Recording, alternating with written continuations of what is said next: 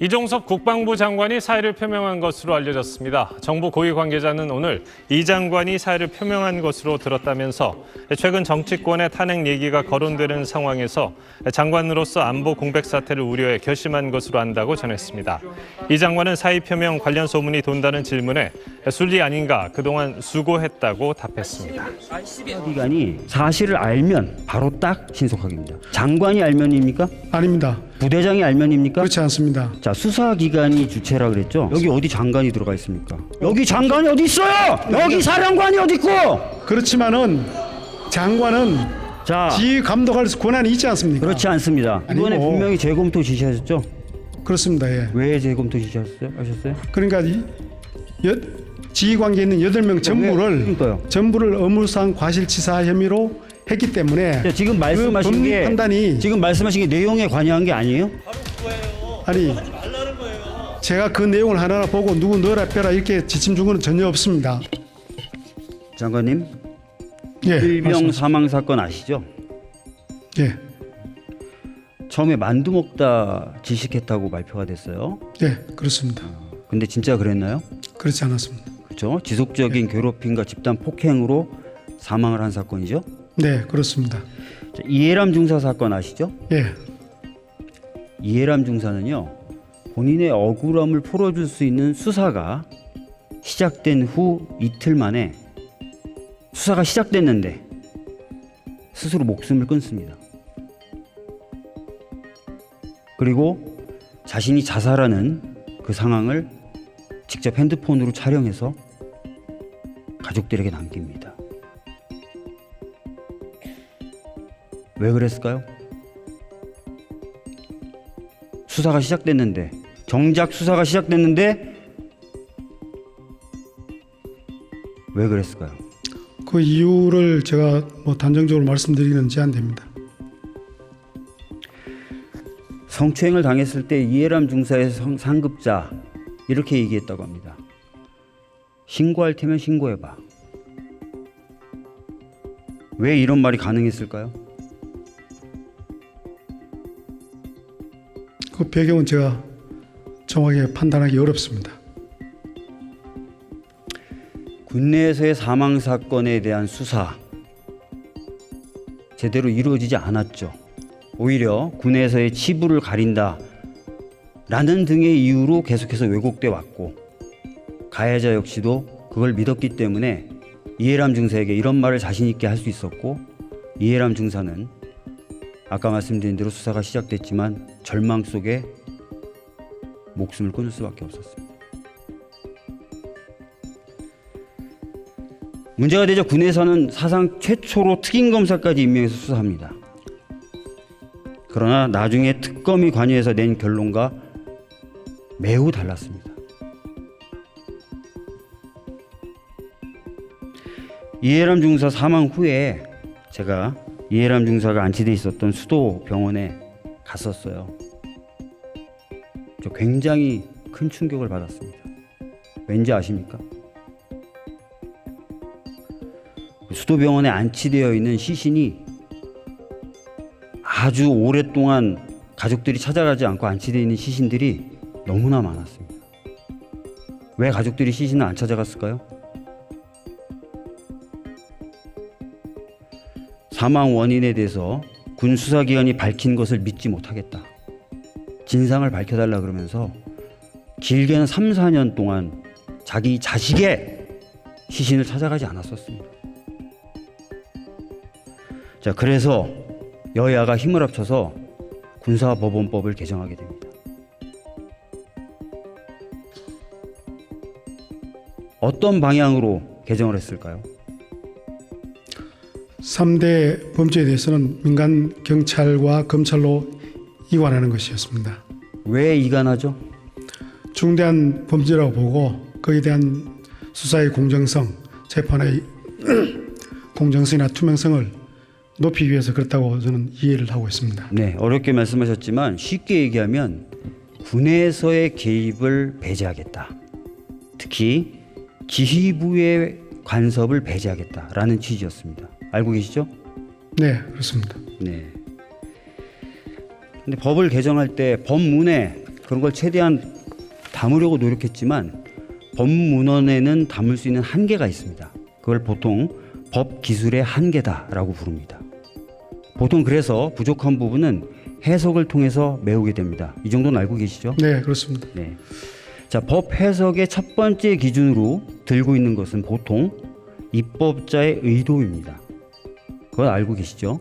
예, 입법의 취지라고 저는 이해하고 그렇습니다. 있습니다. 정확하게 말씀해 주셨습니다. 자, 이 법을 개정함에 있어서의 입법 취지는 과연 어땠는지 한번 보여드리도록 하겠습니다. 자, 보시면 이 법의 해당 조항, 민간 수사기관으로 이첩해야 된다는 조항을 심의하면서 법무부 차관이 이렇게 얘기합니다. 법률적 용어로서의 인지란 단어가 인지하면 이첩하게 돼 있으니까 아니면 사실상 발견한 건지 이런 부분이 좀 헷갈린다라고 문제를 합니다. 그래서 제가 이렇게 얘기합니다. 그냥 사실을 알면 바로 딱 신속하게 이렇게 얘기하고 법무부 차관뿐만 아니라 국방부 차관에게까지도 동의를 받습니다. 그러면서 의사록에 명확히 기재하겠다라고 했습니다. 자, 법률적 용어로서의 인지가 아니다라고 분명히 기재가 되어 있습니다. 자, 강성국 차관이 법률적 인지와 구분해서 물어보자 법률적 인지가 아니다라고 제가 확인을 하죠. 그렇죠? 네, 제가 앞에 문장을 자세히 못 봤습니다. 저희들은 법률적 인지로 이해를 하고 있는데 아닙니다. 강성국 차관이 법률적 인지와 사실을 그냥 인식하는 부분을 두 개로 나눠서 질문합니다. 그래서 제가 법률적 인지가 아니라 사실을 확인하면 바로 딱이라고 얘기합니다. 아셨죠? 네, 말씀하시죠. 네. 예. 자, 바로 딱 신속하게 바로도 아니고 딱도 아니고 신속하게도 아니고 바로 딱 신속하게입니다. 그리고 범죄 사실을 알면 바로 딱 신속하게입니다. 예, 자, 장관님, 범죄 사실을 아는 주체가 누굽니까 여기서? 아는 주체는 우리 군 수사기관입니다. 그렇죠. 예, 초기 조사는 군 맞습니다. 수사기관이 하기 때문에 예, 그렇습니다. 규정도 판단하는 그렇게 돼 있고 거예요. 법문도 그렇게 돼 있습니다. 예, 그렇습니다. 수사기관이 예, 사실을 알면 바로 딱 신속하게입니다. 예, 그렇습니다. 예. 장관이 알면입니까? 아닙니다. 부대장이 알면입니까? 그렇지 않습니다. 그죠? 수사기관이 예, 수사기관이 알면 됩니다. 알면 바로 그러나- 딱 신속하게죠. 그러나 그 사망 사건이 범죄 사실이 있는지 범죄 혐의가 있는지 없는지 판단하기 위해서는 기본적으로 조사를 해야 되지 않습니까? 조사를 하고 법리 판단을 해야 되지 않습니까? 그 과정에 시간이 걸린다는 겁니다. 그래서 지난 1년 4개월 동안 전체 6건이 있었지 않습니까? 전부 보면은 2달에서 3달이 소요되었습니다. 자, 그래서 의원님께서도 물론 그 법 개정 과정에서 관여를 하셨지만은 장관님. 저희 국방부 법무관리관도 예. 지금 장관님의 방금 하신 말씀하고도 배치되는 말씀을 하시고 계시는 거예요. 자, 수사기관이 주체라 그랬죠? 네, 그렇습니다. 여기 어디 장관이 들어가 있습니까? 그래서 제가 거기에 대해서는 여기 장관이 어디 있어요? 제가 그래서 조사를 한 건 여기 사령관이 어디 있고? 그렇지만은 장관은 자, 지휘 감독할 권한이 있지 않습니까? 그렇지 않습니다.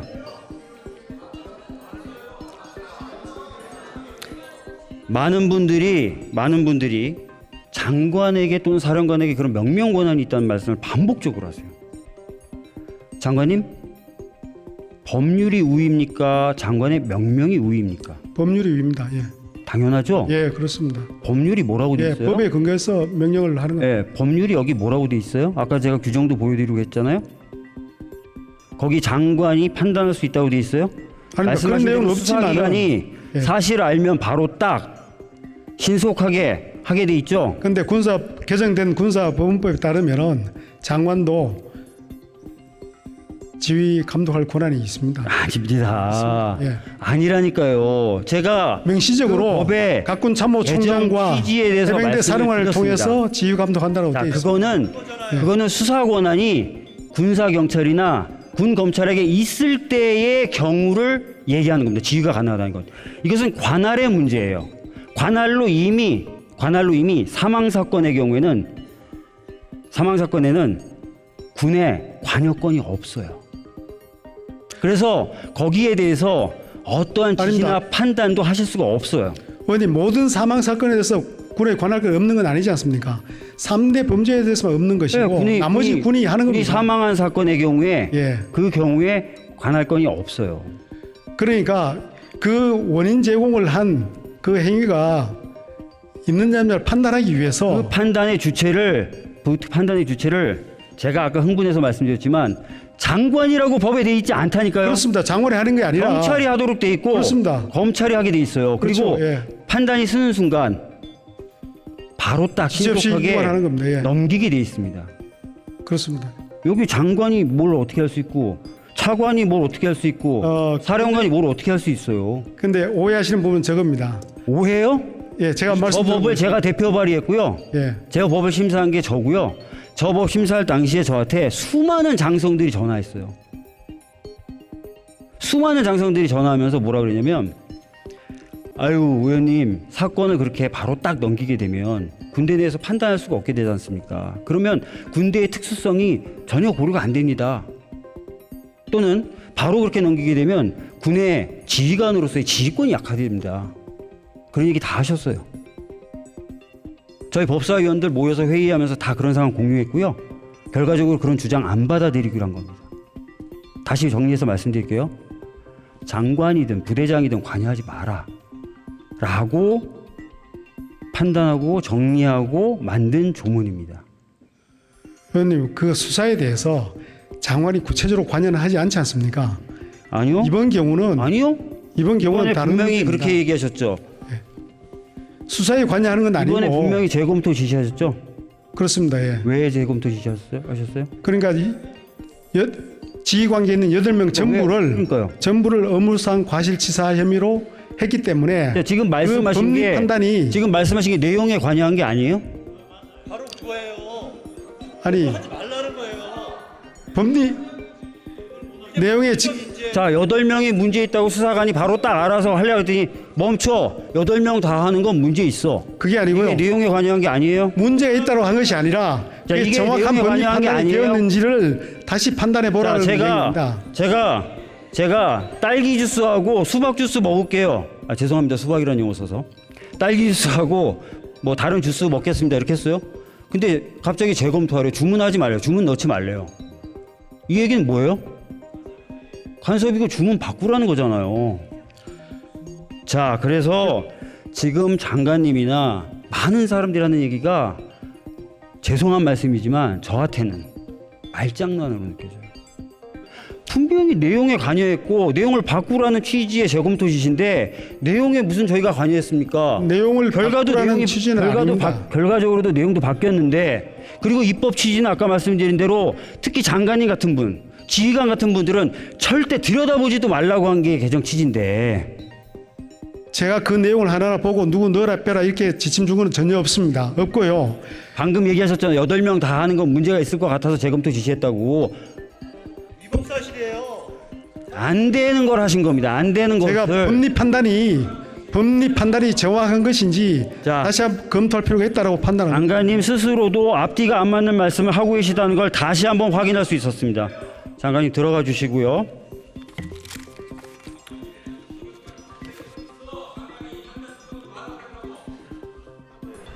지난달 30일 해병대 수사단이 고 최수근 상병 순직 관련 조사 결과를 이종석 국방장관에게 보고하는 자리에는 정책실장, 군사보좌관, 대변인 등 장관 참모들이 동석했습니다.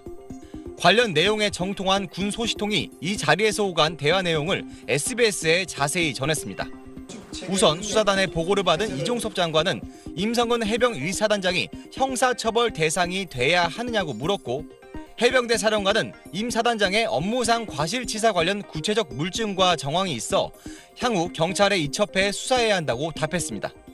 이 장관은 이에 수긍했고 수고했다며 수사단을 격려한 것으로 전해졌습니다. 한 배석자도 임 사단장까지 처벌되면 국민이 엄정하게 수사가 된 것으로 생각할 것 같다고 했고 또 다른 배석자도 수사는 잘 됐고 문제 없을 듯하다고 말한 것으로 전해졌습니다.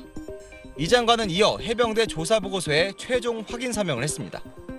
몇 가지 의문사항에 대해서 질문하시고 수사단장의 답변을 받으신 후에 그대로 확인하시고 서명하신 겁니다. 그런데 해병대가 언론 브리핑을 하기로 한 다음 날 오후 국방부는 돌연 조사 내용을 경찰에 이첩하지 말고 사단장 등 8명의 과실치사 혐의 내용을 삭제하라고 지시했습니다. 이종섭 장관은 SBS에 임 사단장에 대한 혐의 삭제 지시에 대한 언급 없이 보고 당시 하급 간부에 대한 과실치사 혐의 적용에 문제 제기를 했고 다음 날 이첩 연기를 지시했다고만 해명했습니다. SBS 홍윤재입니다. 해병대 1사단 장병들이 경북 예천군 감천면 하천에서 실종자 수색 작업을 벌이는 걸 촬영한 보도사진입니다. 급류가 무릎 이상 높이로 흐르고 있는데 구명조끼도 입지 않는 장병들이 하천을 뒤지고 있습니다. 보도 시점은 고 최수군 상병이 물살에 휩쓸려 순직하기 하루 전인 지난달 18일 오전입니다. 국방부 핵심 관계자 여러 명은 해당 사진들이 같은 날 임성근 해병대 1사단장에게 보고됐다고 SBS 취재팀에게 말했습니다. 해병대 수사단도 이 같은 보고 내용을 관련자 조사를 통해 확보한 것으로 전해집니다. 하지만 보고를 받은 임 사단장은 수중 수색 중단은 물론 구명조끼 착용 등 어떠한 안전 조치도 지시하지 않았다는 게 수사 대상자들의 진술입니다. 임 사단장은 수사단에 구명조끼 없는 수중 수색 보고를 기억하지 못한다고 진술한 것으로 전해졌습니다. 그러나 국방부 핵심 관계자는 임 사단장이 보고를 받고도 수해 현장의 해병대 간부들에게 더 적극적인 수색을 압박했다는 진술과 증거도 해병대 수사단이 다수 확보했다고 전했습니다.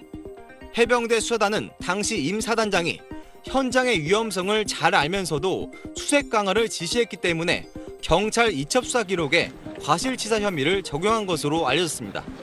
SBS는 구명조끼 없는 장병들의 수중 수색 관련 보고를 받았는지 등을 묻기 위해 임 사단장에게 여러 차례 문의했으나 답변을 듣지 못했습니다. SBS 홍윤재입니다. 국방부가 육군사관학교에 있는 홍범도 장군 흉상을 철거해 다른 곳으로 이전할 방침을 밝혀 논란입니다. 대한독립군 총사령관인 홍범도 장군은 보수 진보 정권을 막론하고 항일 무장독립투쟁의 최고 지도자로 꼽는 독립전쟁 영웅입니다. 그런데 국방부가 공산주의 전력을 문제 삼은 겁니다. 장교를 양성하는 그 기관에 공산주의 활동 경력이 있는 사람들이 있어도 되느냐. 홍 장군은 1922년 당시 소련 지도자인 레인으로부터 권총 선물을 받았고 1927년에는 소련 공산당에 입당했습니다. 하지만 광복 2년 전에 사망한 홍 장군에게 남북분단 이후 고착된 공산당 프레임을 적용하는 게 무리라는 지적입니다. 일제강점기에는 독립운동의 일환으로 사회주의, 공산주의를 받아들이거나 활용한 독립운동가가 많았기 때문입니다. 역대 보수 정부들도 홍 장군의 공적을 높이 기렸습니다. 박정희 정부는 건국 훈장을 추서했고 박근혜 정부 때엔 7번째 해군 잠수함 이름을 홍범도함으로 정하기도 했습니다.